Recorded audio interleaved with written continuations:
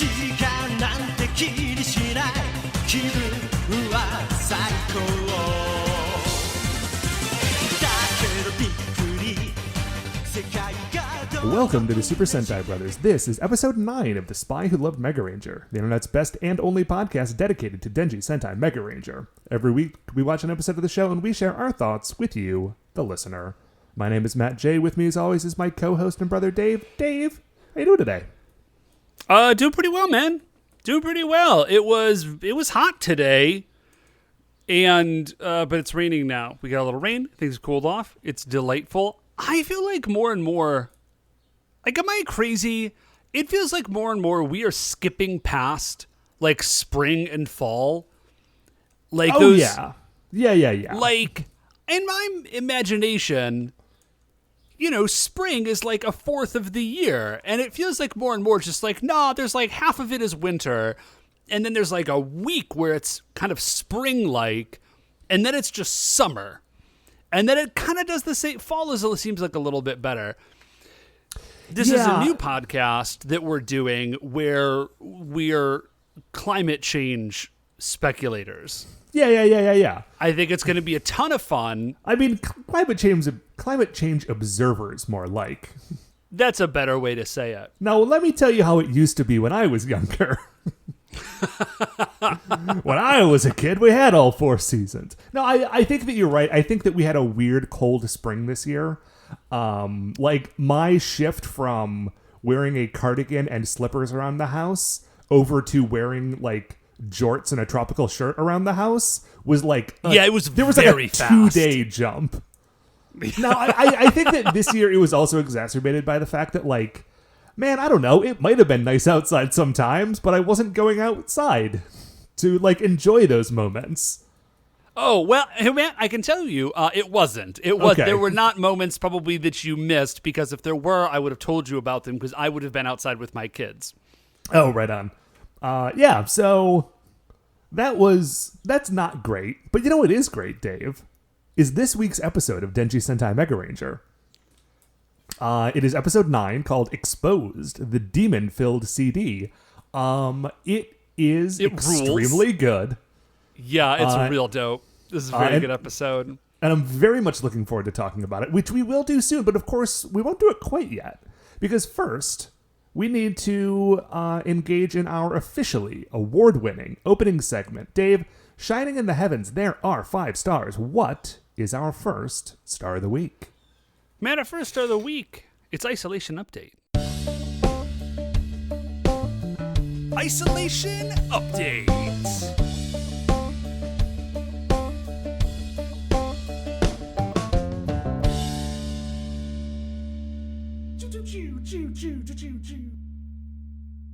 As it has always been. So, Dave, how's your isolation been?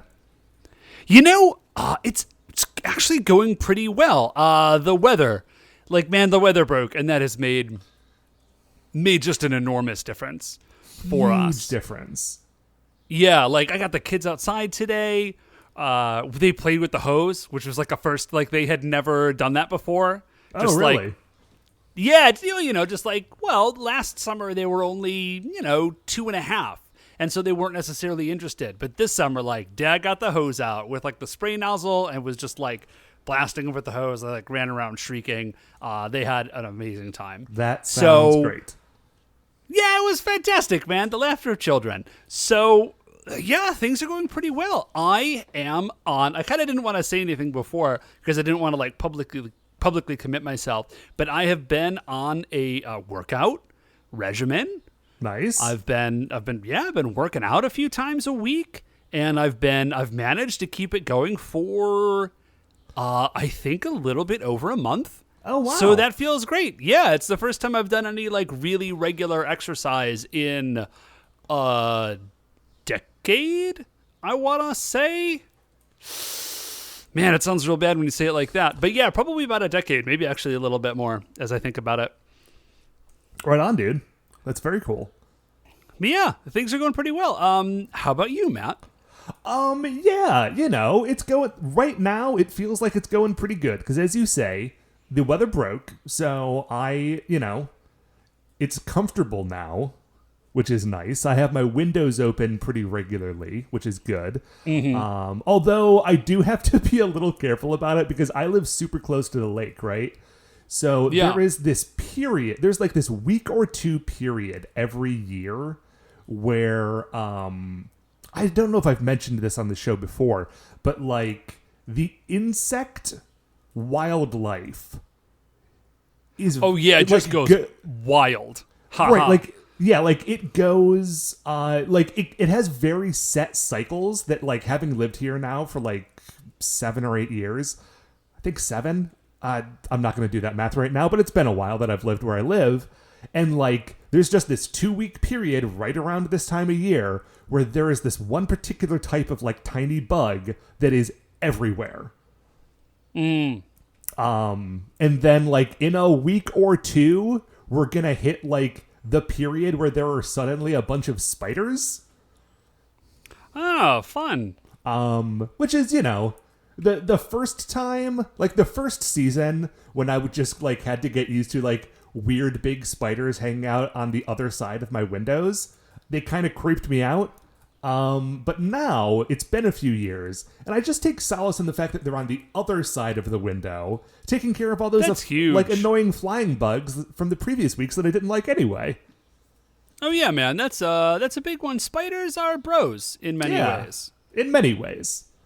In many ways, you know, not always, I would say, but you know, and again, in many ways. So yeah, the weather broke. It's comfortable. I took today is Memorial Day, actually, as we record this. So, and I took last Friday off, so I'm riding on the end of like a nice. 4-day weekend, which is very nice. Like, obviously, I didn't like go anywhere or do anything, but just having some time away from work is nice. And especially, the best way to do a 4-day weekend is what I've done this time, which is the Friday and the Monday, because then you have a 4-day week followed by a 4-day weekend followed by a 4-day week. That is the way to do it. Yeah. Definitely. Which honestly, I just like, that would be so nice to just do that every week. It would be fantastic. No, you know, but that is not necessarily within my grasp, but doing it this week has been great. Yeah, no, I also had the day off of work, of course, and it was surprising kind of how much it really did feel like a day off to not have to get up and do all of my work stuff. You know what I mean? Yeah, although you're largely done with your work stuff for the year, right? I am kind of cruising into the end. This week is like quote unquote finals week. It's the last week for kids to get everything done.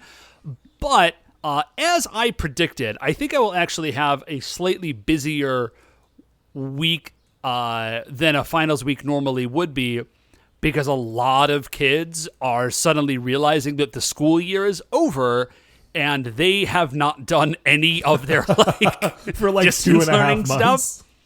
Yeah, for like 2.5 months. So I've got a number of kids who are all of a sudden trying to cram in, you know, like enough work that they can pass. So, I mean, It's not... Yeah. Oh, man. I actually did. I had a very interesting conversation with Mom earlier today, Matt, and I was going to throw this out here. This is a little isolation update PSA. This is based on a really interesting article that my wife found and we had chatted about, and it was actually about something that's called isolation fatigue, or like sometimes I guess it's called quarantine fatigue. And they did a study, the eponymous they. A study was done, let me say it that way, I use the passive voice. A study was done that realized that people in isolation everybody kind of goes through the same steps. And like at first you're fine, and then it's a little weird, and then like you hit a valley and you're like, oh, things are very bad. And then like things kind of get better and they even out. And then at some point, like things really go off a cliff for you. And people start like acting really irrationally and start like railing against the idea of being isolated or quarantined or what have you. And we see this that all tracks. Yeah, like you see it in people who are in quarantine, you see it in people who are in like other sorts of isolation. And here's the really interesting thing about the study, though, is what they found out is that everybody goes through the stages at the same like percentage of how long you think your isolation is going to last. Okay. So if you think your isolation is going to last for 10 days, then you will go through all 10 steps all however many steps there are in 10 days. If you think your isolation is going to be 10 months long, you will do all the same stuff. You will just do it over the course of 10 months.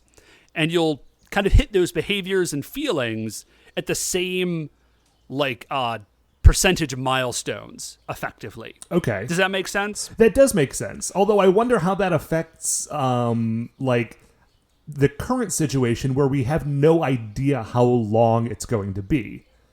Well, that's the very interesting thing, Matt, is what you're seeing, and man, this is real armchair philosophy, and I'm going to get to the thing I was going to say in a minute, but I think what you're seeing is a lot of people who had it in their heads that this was going to be a short-term thing, or have gone through that whole cycle in the course of, 10 weeks, and still the end is not in sight.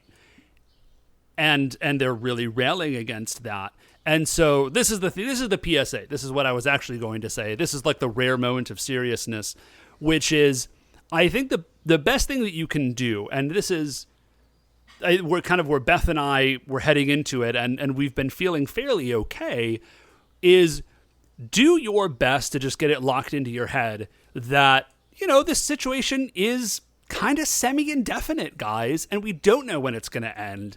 And this is, in many ways, the new normal. And if it's over next month, it probably won't be. But if it's over next month, I'm like, hooray, that's great.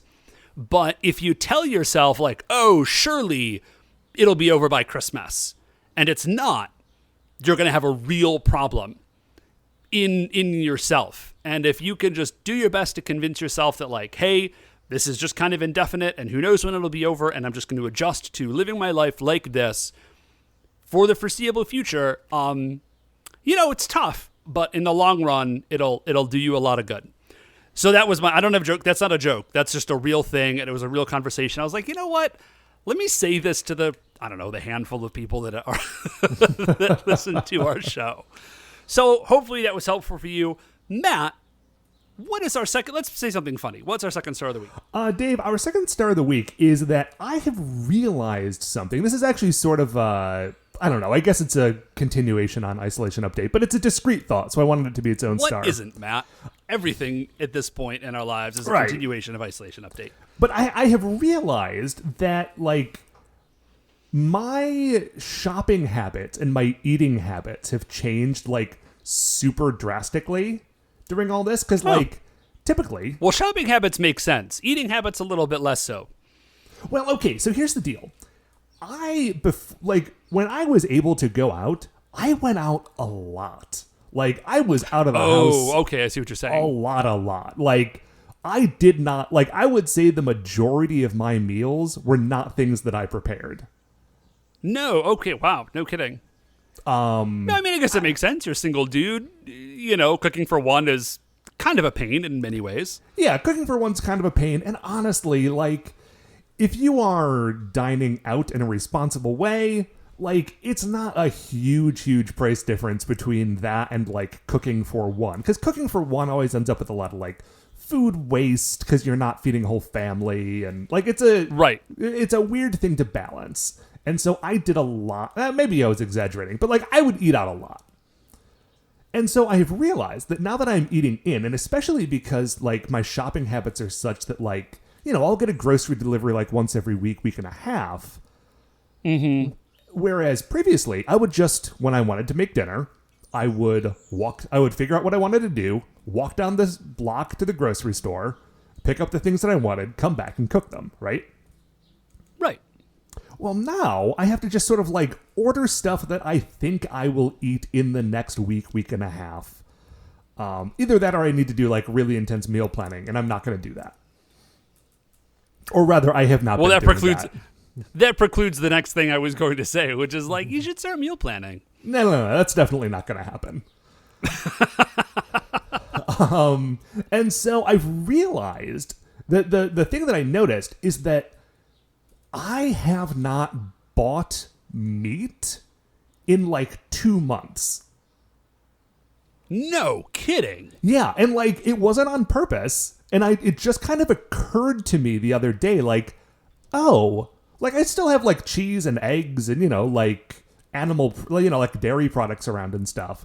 But I realized I think I've had a couple of like cans of tuna that I've worked into some pasta dishes.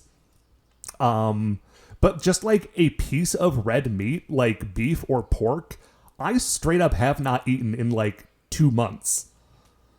Wow, no kidding. Yeah, and I kind of that actually is pretty wild. Because on one hand, like, I don't know, people say that cutting red meat out of your diet is good for you. On the other hand, I certainly don't feel like I'm living healthier now than I have been. Maybe it's just like, I'm sort of like fiddling with like the health knobs. Like I've turned down like physical activity. You turn one thing down, but one thing up, right? You're taking fewer walks, but less meat. Yeah, they sort of like balance out the levels. But it's been interesting to sort of realize that. Also, I have eaten so many more eggs in the last 2.5 months than I had in the previous year. It's crazy. Oh, yeah. No, I totally hear you. It is pretty wild. Beth and I were actually having a conversation kind of about the same thing, which is like, we cut out a lot of dairy out of our diet. I think we actually talked about it on the show. Yeah, but I think so. I don't think of dairy as like a condiment anymore. Like, if I want dairy, I'll put it in. But I don't just like put cheese on things as an afterthought. And I think meat is probably the same way. Like, a lot of the meals we eat probably don't need to have meat in them. Like, we're just sort of defaulting to putting meat in. Right, but if you don't happen to have some meat around, like, that's probably fine without. Yeah, that's probably fine. You're good. I mean, obviously there are certain things you can't do, but like, it's hard to have a steak. Right. I am learning that, although once I realized it, I'm like, oh gosh, I would really like a steak. But like, it's not actually the end of the world in the way that I had sort of previously thought. Anyway, that's just an interesting thing about my life. Dave, what is the third star of the week? So third star of the week, Matt, is I have been doing more baking. Oh, me too, actually. It's really... Oh, no kidding. Yeah. Anyways, you say your thing, and then I'll... Yeah, well, I have been doing more baking. It is really at odds with my new workout regime, right? Uh-huh. Like, it's like, or regimen. It's not a regime. Workout regime would be a very weird political system. It's an interesting system of government. Yeah. I am 100% sure that there's at least one anime in which there is a country with a workout regime. Probably true. Interestingly, Schwarzenegger probably would have been a governor in both of them. Anyways, yeah. So I have been doing more baking. It is really at odds with my new like workout regimen. I'm like working out really hard. I'm like, ooh, let me make some croissants though.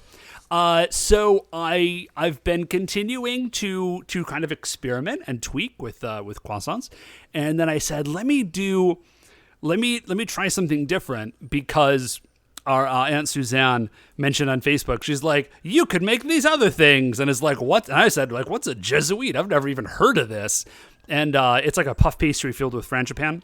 Ooh. So yeah, so I tried so first I had to make frangipane, which I had never done. It was delicious and surprisingly easy. And then I tried to make these Jesuits, and they went okay.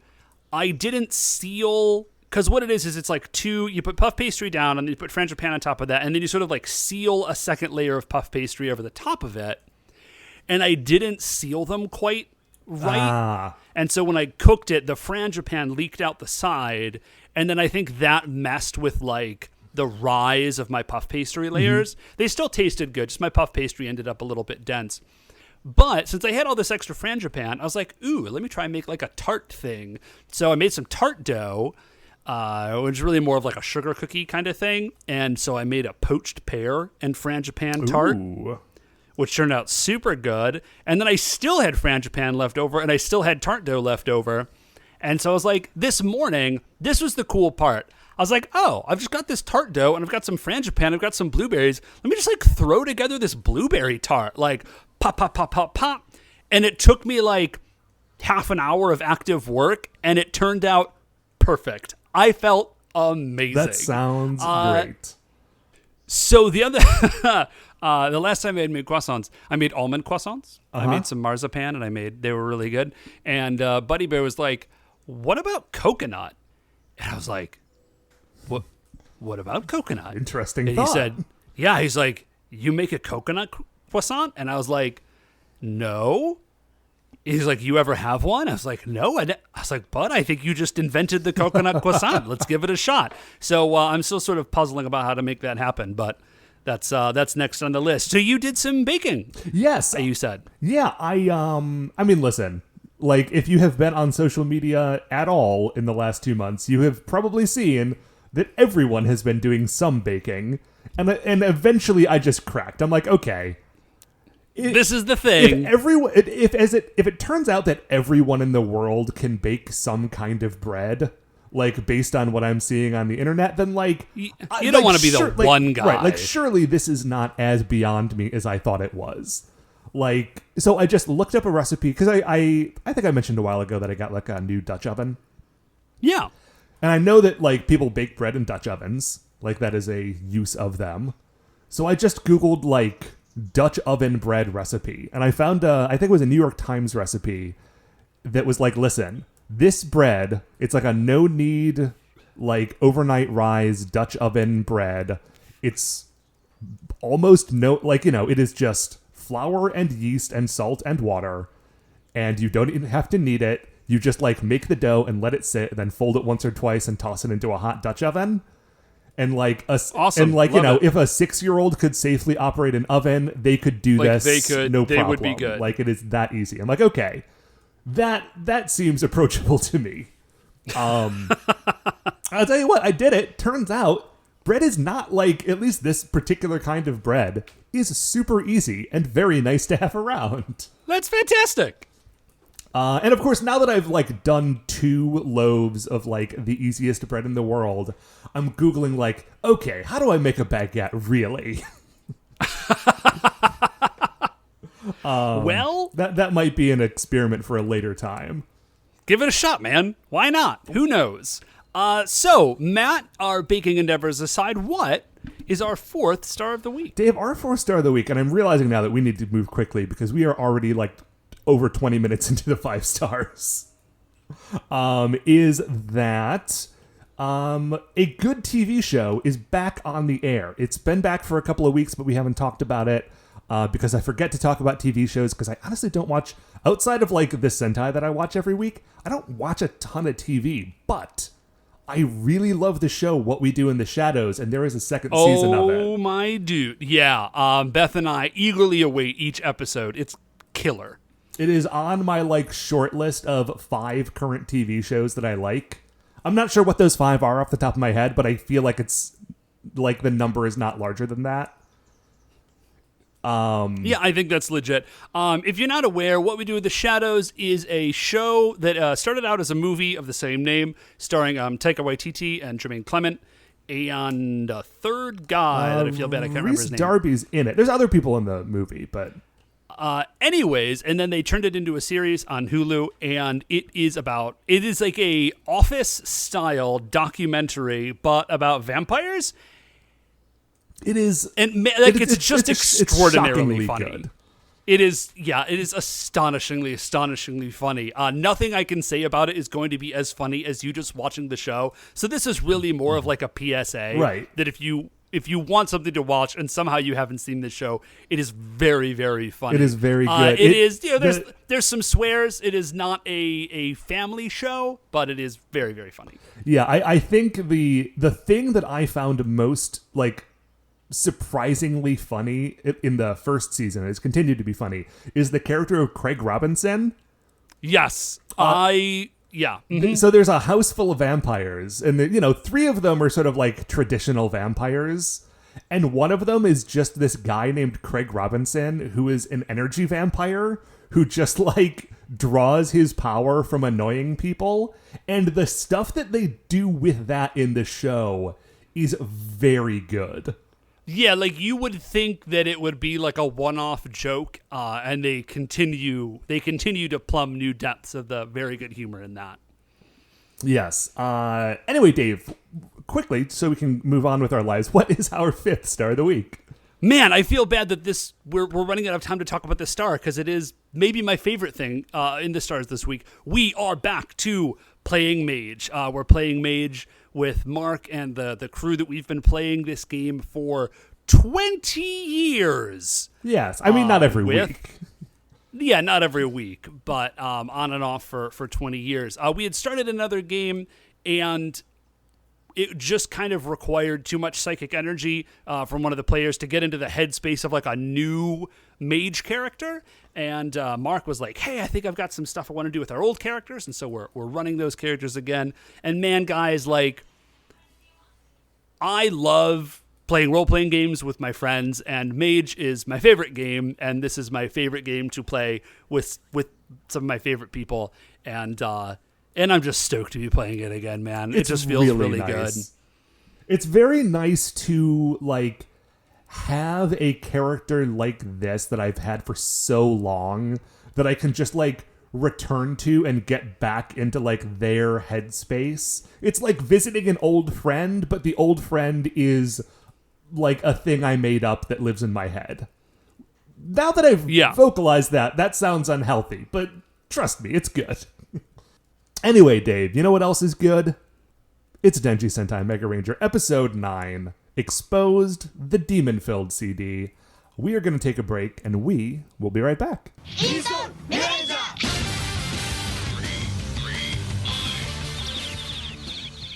Okay, welcome back. So, we have finished watching Exposed, the Demon-Filled CD.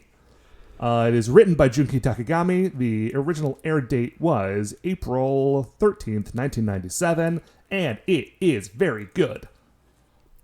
Yeah, this is a fantastic episode. So we start off in the Nezare dimension, and Hinelar's there, Shibolina's there, and we are getting it looks like we're getting a new monster of the week. Turns out it's not. It is Super Ugande. They have used their DNA reconstituting technology to just bring Ugande back. Yes, because if you recall from last episode, he was blown up to death.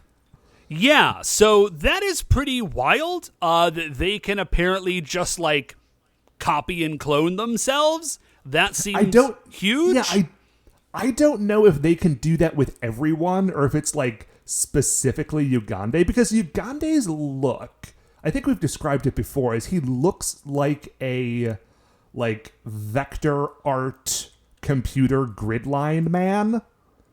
Yeah. I think that is a fair way to say that.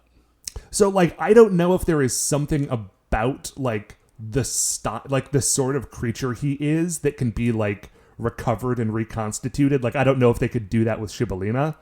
But apparently they can definitely do it with Ugande.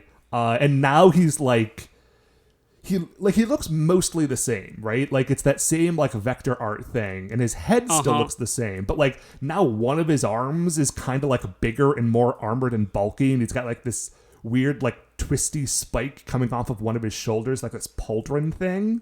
Yeah, so Very what I'm really hoping and thinking, and I think this would be a really neat idea. This is not something we've seen in Sentai before. Well, no, we did a little bit with Emperor Tran.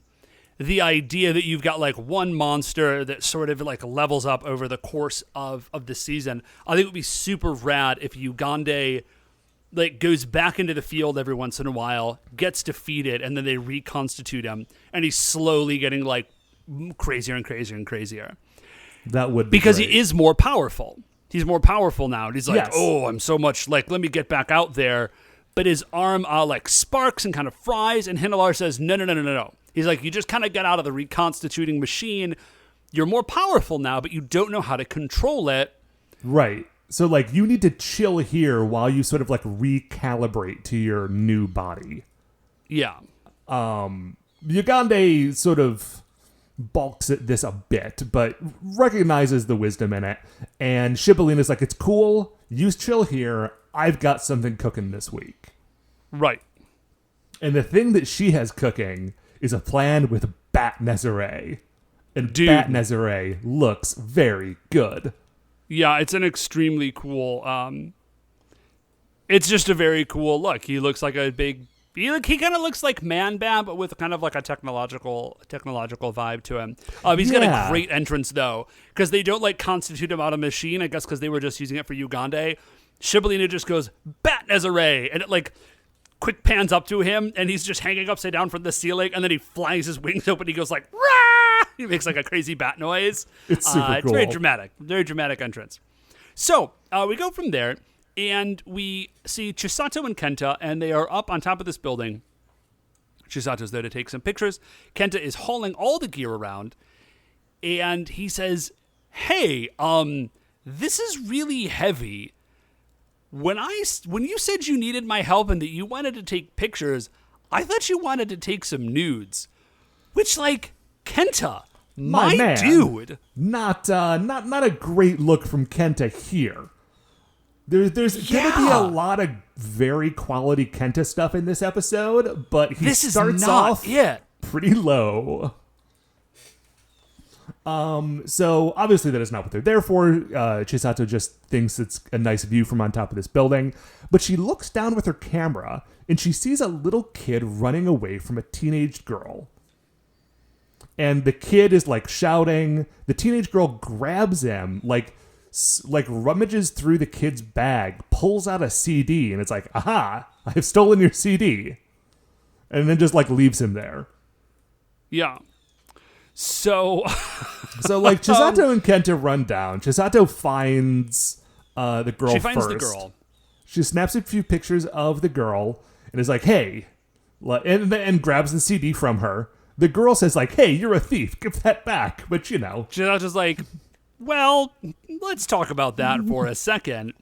And then Kenta rolls up, and the girl's name is Seiko, and she's like, Kenta? And he's like, Seiko? And she's like, you know, what else going on? And Seiko says like, psh, are you with this chick? I thought you had better taste in women. And Seiko just dips. And it turns out Kenta is like, what is going on? That Seiko, she's like my best friend from middle school. Like, I've known her forever. Like, it's very, you know, like she's not like an honor student or anything, but like this is very weird. Like, this is unusual that she would be doing this.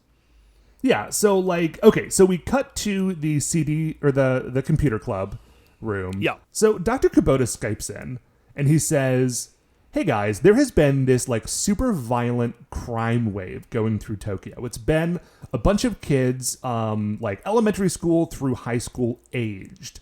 And they've just been like, you know, attacking people, just, like, breaking stuff, setting fires, all that sort of stuff. Yeah. we get a quick montage of everything that they're doing. And it does start with a kid like, I forget, like breaking a window, and it definitely ends with a girl like throwing a Molotov cocktail into a storefront. It escalates extraordinarily quickly. Dave, can I offer a brief correction? Oh, please do. Yeah. She is throwing 2 Molotov cocktails, one with each hand. Well, if you're gonna do it, you may as well commit, right? Yeah. And when these kids get arrested, they have no memory of having done the thing. Oh yeah, right? that is a real key element of the story. So Koichiro says to Dr. Kubota, like, "Oh, you think the Nezare are involved?" And Dr. Kubota very reasonably says, "Well, figuring that out is sort of a Megaranger job." He's like, "I am in space, so you guys handle that." And they're like, "Oh yeah, that's very good." And okay, this is a fantastic exchange. Kenta's like, "All right, fine, I will do this, but you need to buy me ribs." And Dr. Kubota, instead of saying like, "No, I am an adult and you are a superhero, like just go be a superhero," he, with a look of like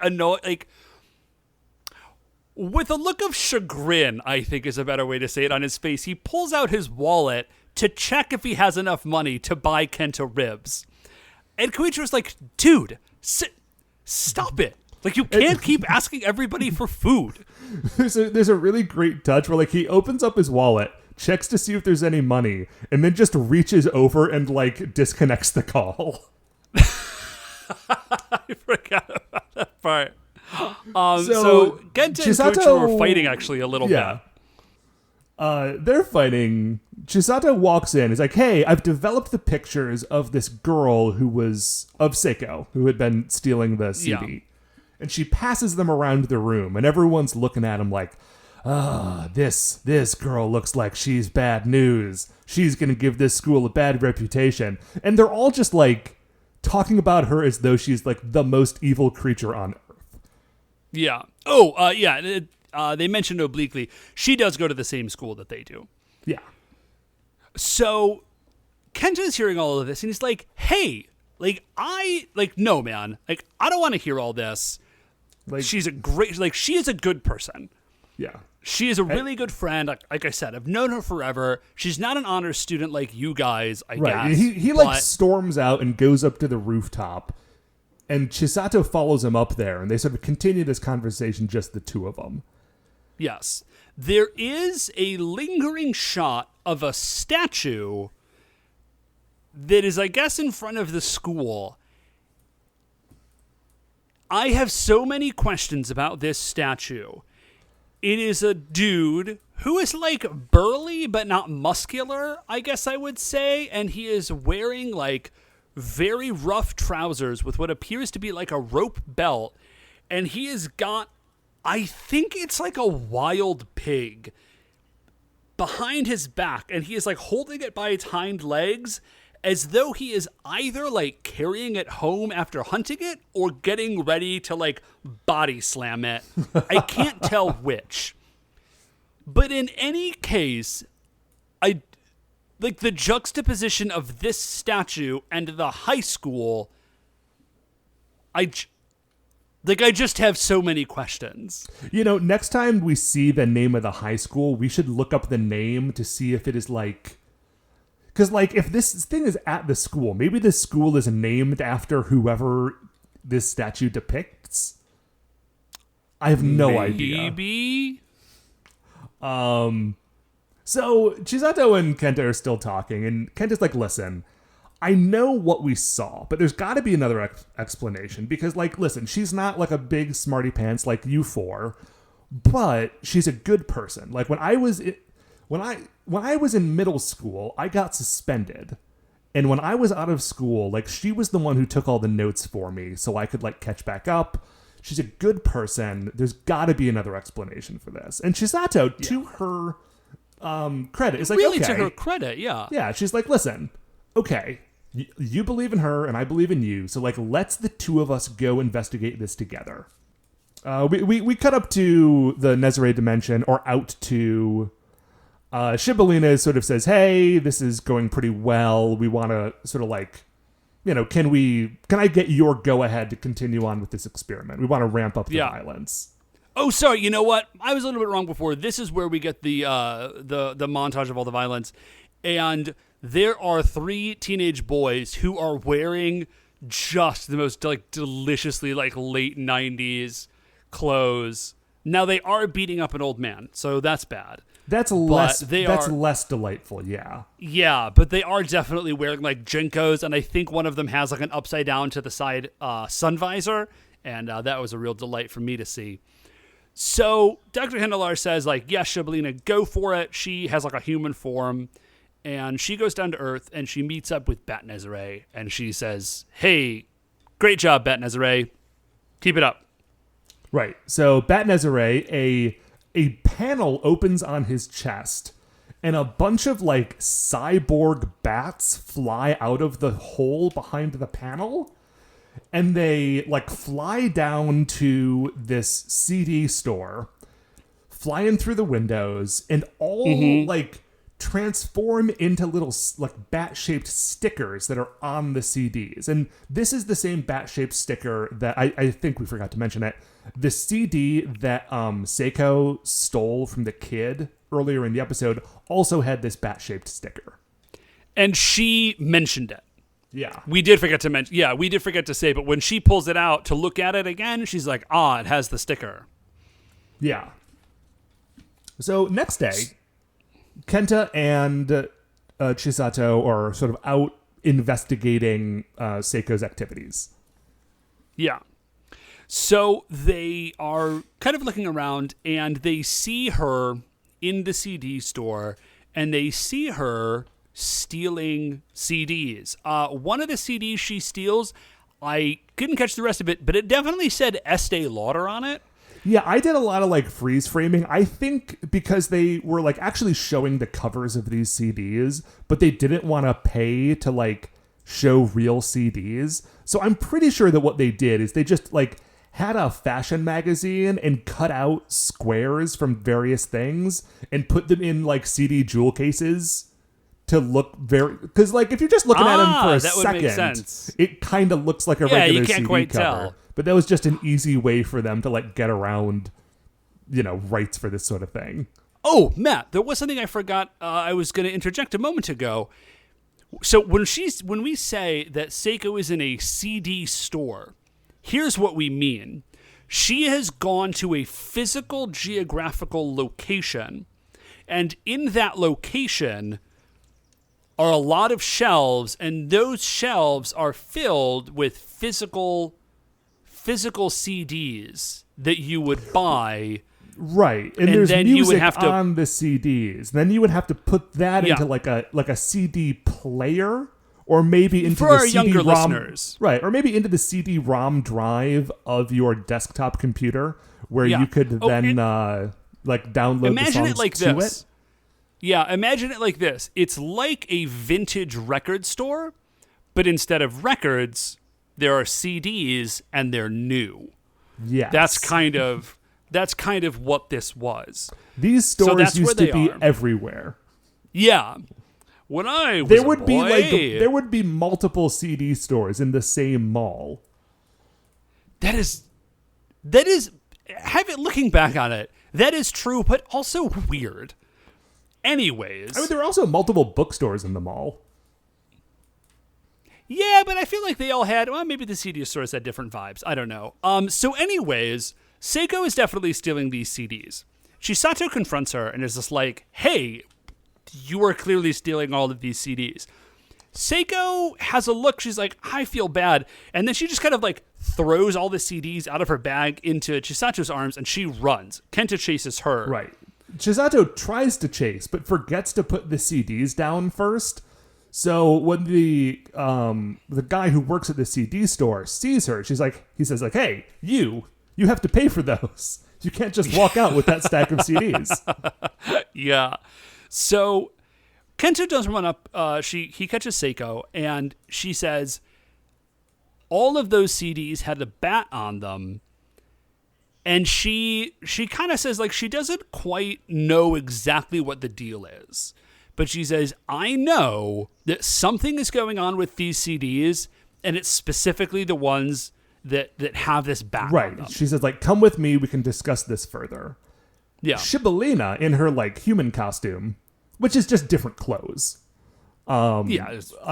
She overhears this and is like, this girl, she knows the secret of the rage waves.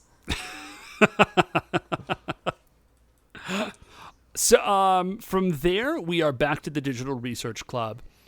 And Chisato has all of these CDs, and she's like, I had to buy them all. It took up my Which is entire bizarre. allowance.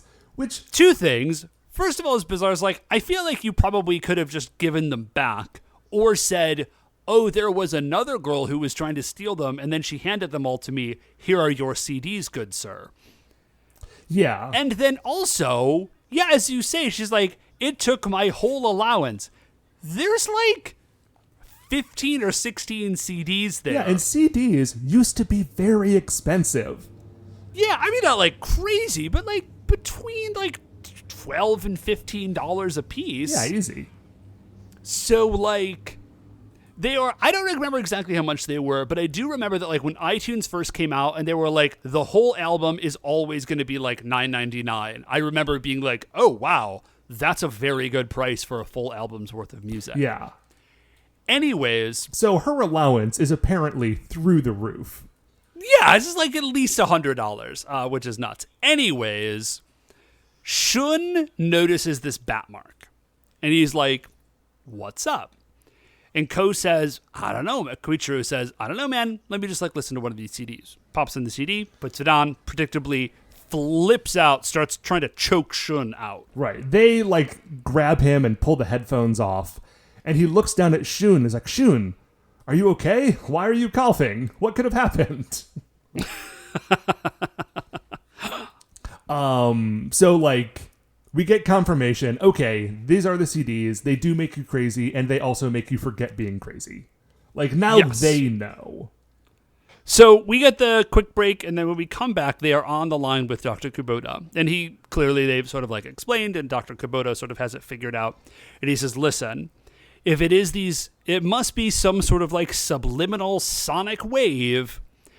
And if that's the case, we can basically white noise it. Yeah. By playing an alternating frequency. We're kind of working on the program / technology now. We will let you guys know as soon as we have it ready. Yeah.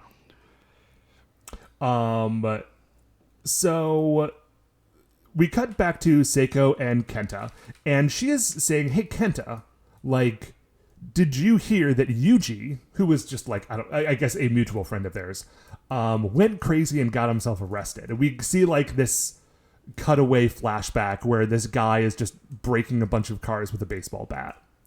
Yeah. The Super Sentai series does a lot of damage to cars. And I feel it's gotta be their old car budget has gotta be weirdly high. It does, because he does not he full on Street Fighters this car. He doesn't punch it to its destruction, but he definitely wrecks it. But Seiko's listen, I don't know exactly what it is, but again, it is definitely not his fault. And then we sort of loop back on some exposition that we already got about the waves and blah, right. blah, blah. And he says, and she says, so that's why I'm looking for all these CDs. Basically, she's not trying to do anything nefarious. She's trying to get them out of circulation because she knows that there's something dangerous about them. And she's if I had the money, I would have bought all those CDs at the CD store and just to get rid of them, but I don't have the money, so I had to I was going to steal them just to get rid of them because ultimately that is the better thing to have done. Yeah. And Kenta's man, I knew it. That's awesome. You are great. And Seiko says yeah, I'm sorry I was mad at you earlier. You are also still great. Clearly we haven't it seems those two have not talked in a while, but they are rediscovering their friendship and very happy about it. To awesome. Find that the other person is the person that they remember. Yeah. So they're let's split up. We will, we'll figure this out. So Seiko is on her own and she's attacked because remember, Shibolena knows that Seiko knows the secret. So she has sent Bat Nezare specifically to target Seiko. So he has a new thing. It is not, he can do more than just imprint on these CDs. He can do a direct sort of sonic mind control. Yeah, there are speakers in his bat ears, and they're shooting out this mind control wave.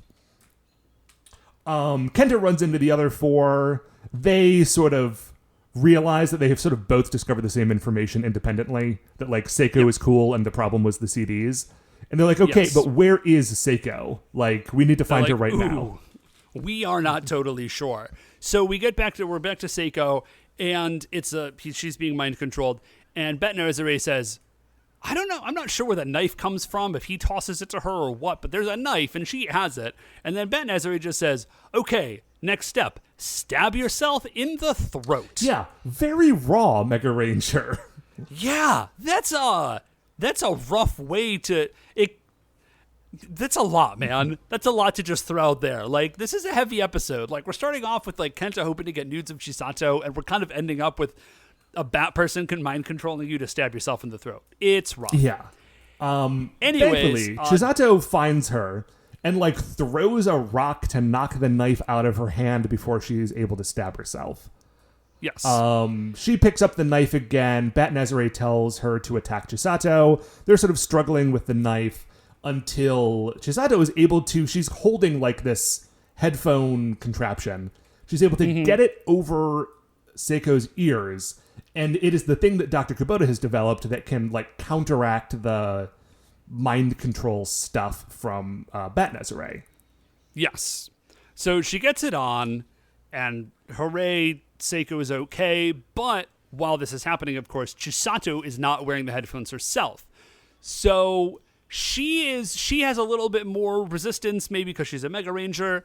The degree to which the Mega Rangers have any kind of super ability, it seems to be slowly increasing. Yeah, maybe they're like attuning themselves to the digital world or something. I don't know. Well, that was very much the case in Dai Ranger, both Dai Ranger and Conquer Ranger, actually.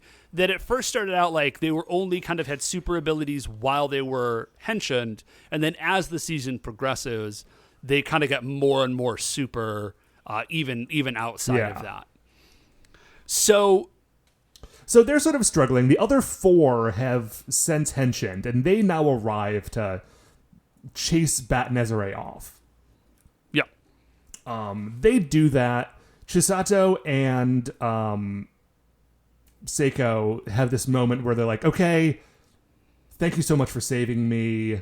I'm sorry for, one of the, Chisato says, I'm sorry for being, like, a jerk. You clearly were cool, and that was my fault. Yeah. And she's like, you can chill. The Mega Rangers are going to handle the rest of this. And this is really great. Seiko's like, hold up. Isn't that just a game? And she says, no, Chisato does. She says, no. Like, the Mega Rangers came out of the game. They're real now, and they're awesome. And Seiko's like, dude, I hope Mega Yellow gets in here. Like, whenever I play, she's my character. Mega Yellow, definitely the best Ranger. And Chisato's like, okay, well, I'm going to go get her then. So you chill here, and I'm going to go to the back. And do not come with me. I'm going to go wake her up. Did I ever tell you, Dave, that is what we used to say when I worked at Chuck E. Cheese? If you had to go put on the Chucky costume, someone would come and find you, and instead of saying on the floor of Chuck E. Cheese around the kids, like, hey, you need to go put on the rat suit, they would say, hey, could you go to the back and wake up Chucky? As like a code word so the kids wouldn't know. Got it. Was terrible. Got it. How much did everybody have to do a turn in the suit? Yes and no. The suit was like weird. It was like, it was made in such a way that if you were tall, you would fit into it. And if you were short, like the way it was baggy made it look like not as weird as it might have. Because there was just the one suit in the back. But it kind of depended on your position. I was a game floor referee, which meant that I had a referee shirt, and I would like unjam the machines. I was the guy who had a pocket full of tokens, and like if your coin got caught in the machine, I'd pop it open and like unjam the stuff and give you some replacement tokens and do all that stuff. That was my gig. Now, was there training to be in the suit? Like, did you have to do some mime work? No, there was actually, though, a mandatory meeting that I skipped where we were all supposed to show Sounds like up. it wasn't super mandatory, but okay. I mean, I was in high school. I was able to be like, hey, I just am not doing this. I have school stuff that I have to do. And also, it was a job at Chuck E. Cheese. Like, I was not super concerned about, like, being employee of the month. But there was a meeting where we were supposed to, like, all get together when the store was closed and learn the dances. Because there's, like, special dances that you're supposed to do during the parties, like the birthday parties. So I didn't learn any of those, but like if you're wearing the suit and you just sort of like jump around, it's whatever. Yeah, sorry, to continue this weird Chuck E. Cheese tangent, I have a piece of information I need to bless you all with, which is Chuck E. Cheese during the lockdown has been selling delivery pizzas under the name Pasquale's, which is the name of the animatronic drummer / pizza chef from the restaurants. So if you've seen Pasquale's pop up on your like Uber Eats or whatever, that's just Chuck E. Cheese, my friend. Dude, man, I remember when I used to work at the Chuck E. Cheese, there would pretty like semi-regularly just be like a staff pizza sitting in the back. I maybe it was like a thing that they did for the employees. Maybe it's just what they did when they screwed up a pizza and didn't want to throw it away. They just let us eat it. But, like, listen, it wasn't good pizza, but... I don't remember it being the worst pizza, no, it was though. fine. I wouldn't order it out, but if it showed up, I wouldn't be mad about it. So anyways, Bat Nezare is fighting the Rangers. He throws some pretty rad, like, pro wrestling style moves. It's good. He actually takes the Rangers down. He hits them with some sort of, like, sonic and then, like, a laser attack. And then Mega Yellow shows up. And she's like, 1v1 me, bro. She walks in slow motion while shooting him with a laser gun. Very good. Very good entrance. And so the only thing that would have made it better is him. if there was like a fire and she was walking in through like the hazy, like wavy heat lines. We do get that sometimes. We didn't get it this time. Ah, well. So, it's really good. It's not a long fight, though. She wrecks him. She just, like, blasts him with her laser, and then there's a little bit of a hand-to-hand, and then she hits him with... she's got, like, a super kick thing. Galaxy slingshot, mega slingshot, whatever it is. Yeah. So, he goes down. The Rangers are back up. He gets gigantified. They summon Galaxy Mega. They're about to start the fight, and they're like, dude... I don't know what this fool is thinking. Like, I don't know why he thinks he can beat us just because he's big now. Like, we also have a giant robot. Like, this is... Right. You know, this is over before it's begun. Except it isn't. Because he says, listen up, jerks. You think my awesome, like, sonic wave powers only work on people? Get wrecked. And he hits them, and they work on Galaxy Mega. Right, so Galaxy Mega, like, can't move. It's just standing there, like, getting zapped with sonic waves. Which is bad. Because that's not what they want him to do. What they want him to do is to use the sword. But he can't use the sword. What he can do is apparently, like, kind of blow up in a few places. Yes, it's not good. So Seiko is down on the ground. She's seeing all this. And she says, oh my gosh, like what's going on? And she's like, wait a minute, it's these sonic waves, but I have the nullifier. Right, but I have it here, and it's just in my headphones. Like, I can't put these headphones on a giant robot. What am I going to do? This is incredible. So she sees, it's like a speaker van. I'm not really sure why this van has a bunch of speakers on it, but it does. She busts into it. The dude... This is the most sanguine human being in Japan, possibly the face of the world. There's a giant Monster v robot fight happening fairly close to him, and this dude is just like chilling and napping in his car. Yeah. And rather than jumping in and saying to this man, hey, I know this sounds crazy, but the Mega Rangers need help. She gets behind the seat, throws this dude in an arm bar and starts choking him out to wake him up. And says basically like, do what I say and there won't be any trouble. Yes. So we cut back up to the Rangers in the cockpit of Galaxy Mega, and they're like, dude, it's the Sonics. It's not letting us do anything. Like, if we don't figure this out soon, we are done for. But what are we going to do? But then suddenly, the sound is no longer affecting them. What could it be? What could possibly have happened? And then we cut down to the highway, and we see the van driving towards the scene of the battle, and Seiko is like standing on the roof of the van holding on to the speakers, which are plugged into the sound system of the car and like plugged into the headphone device that Dr. Kubota had made. And it's just blasting out like the counterwave thing that's disabling Galaxy Mega. Yeah, so he's it's like... extremely good, is what it is. Bat Nezari's like, foolish girl, you think this is my power? And he like kind of turns up the volume, and she's like, all right, we'll just turn the volume up even more. And then we get that a little bit back and forth.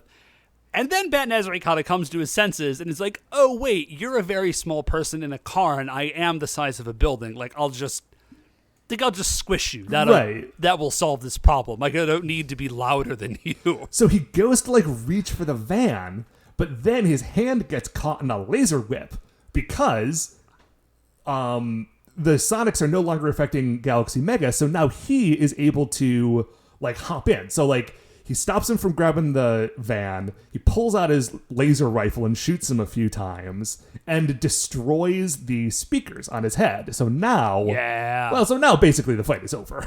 Yeah, this is pretty good. Mega Saber, they do just, like, straight up stab him entirely through the abdomen with the Mega Saber, and then while he's stumbling from that, they hit him with the Super Mega Saber move. I forget what it's called. Mega Cross Cutter is what they did this week. Thank you. So that's the end of him. We go for our final scene. Seiko's back at school. She sees Kenta. She's like, hey, we were able to prove that it was the CDs, that Yuji's innocent, everything is cool. And then the rest of the Rangers show up. Or they're teenagers, they're not Rangers right now. And Seiko pulls Chisato aside. She's like, hey, dude, are you friends with the Mega Rangers? Like, do you know these guys? And Chisato says, kind of, yes. And she's like, okay, cool. I need you to get a message through to Mega Yellow and tell her that she is my favorite and I really like her a lot. Kenta hears this and is like, whoa. Mega Red, though. Like, Mega Red is really your favorite. And she's like, no, Mega Red is actually kind of lame. Like, Mega Red is boring and definitely not my type. My type is Mega Yellow because, once again, everyone on this show wants to date Chisato. Kenta's trying to, like, get back up for this. He's like, how do you guys all feel about this? They're like, we do not care. Like, it is fine that Mega Yellow is her favorite Ranger. Like, we're not... It's fine, my dude. Kenta is so incensed by this. He's like, you're about to find out how rad Mega Red is. And he starts to henshin, like, right in front of her, just to prove how cool he is. And then the other Rangers, like, tackle him. Right. And then Chisato says, like, okay, Seiko, clearly we need to get away from Kenta being stupid. Why don't you and I basically go on a date to the arcade where we will play Mega Ranger together?